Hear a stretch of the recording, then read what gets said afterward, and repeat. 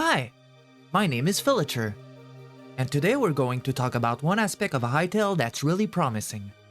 The oceans in Hytale is quite interesting, and even if the game is in a rough state, I think you just need to swim a bit to see the potential it has, and how we already have a solid foundation for underwater gameplay. You see, underwater levels in 2D platformers, and even in 3D adventure games, have become notorious for being tedious or frustrating.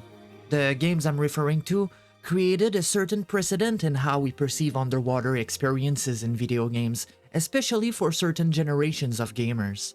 But diving underwater should feel rewarding. The underwater world is mysterious, beautiful, and full of unknown wonders, and those things shouldn't feel inaccessible or annoying to explore. Video games give us access to the impossible. They let us explore deep oceans freely, discover hidden life, massive spaces, and strange environments. All of that without limits, by the way.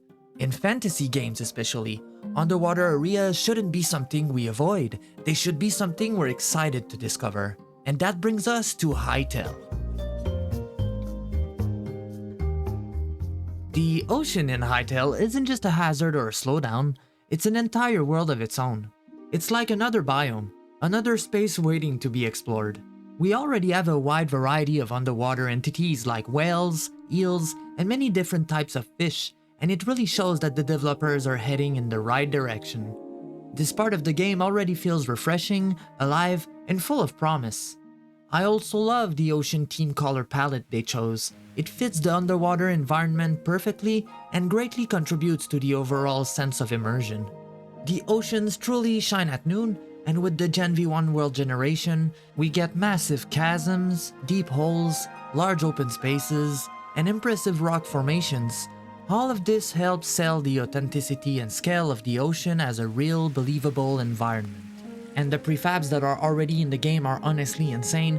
Combined with the current underwater generation, we already get wreckage, lost ruins, and towering stalagmites. Everything points toward enormous potential. This is exactly the kind of foundation that deserves to be expanded on, pushing Hytale further toward a game where adventure, exploration, and discovery are truly prioritized.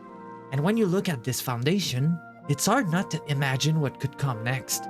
I'd love to see massive sinkholes forming in the ocean floor, leading into giant underwater caverns, or interconnected tunnel systems where light slowly fades and the environment becomes more hostile and mysterious.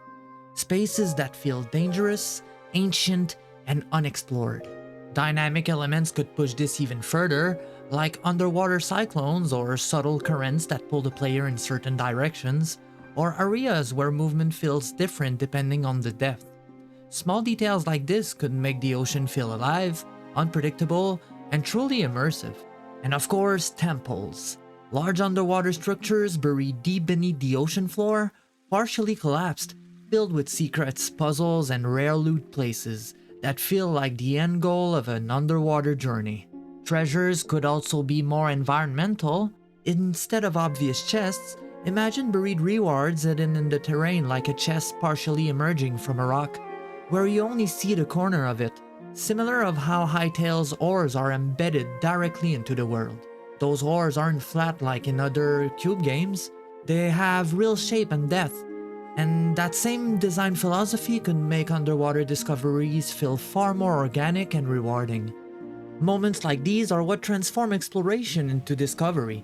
Not just finding loot, but stumbling upon something you weren't even sure was there. This was Villager yapping about the potential and possibilities of the oceans in Hytale Early Access. Thank you so much for watching my video, and see you in the next one.